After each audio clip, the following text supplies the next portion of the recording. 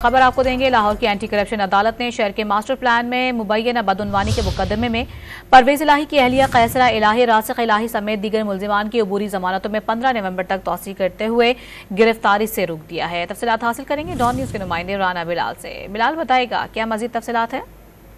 लाहौर के master plan में मुबैना बदउनवानी के मुकदमे में परवेज इलाही की अहलिया कैसरा इलाही, रासिक इलाही समेत दीगर मुल्जिमान अपनी अबूरी जमानतें मुकम्मल होने पर लाहौर की एंटी करप्शन अदालत में पेश हुए हैं और अदालत ने 15 नवंबर तक मुल्जिमान की अबूरी जमानतों में तौसीह कर दी है। और साथ ही साथ अदालत ने ये रिमार्क्स दिए हैं कि जज का जो है वो इस अदालत से तबादला हो चुका है, लेकिन इस केस को मजीद नहीं सुन सकते।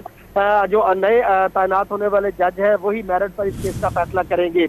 एंटी करप्शन अदालत के जज अली रजा अवान ने मुल्जिमान की दरखास्तों पर जो है वो जमानतों पर समाअत की। एंटी करप्शन ने मुल्जिमान के खिलाफ बदउनवानी का मुकदमा दर्ज कर रखा है और आज तक मुल्जिमान की अबूरी जमानतों में तौसीह की गई थी।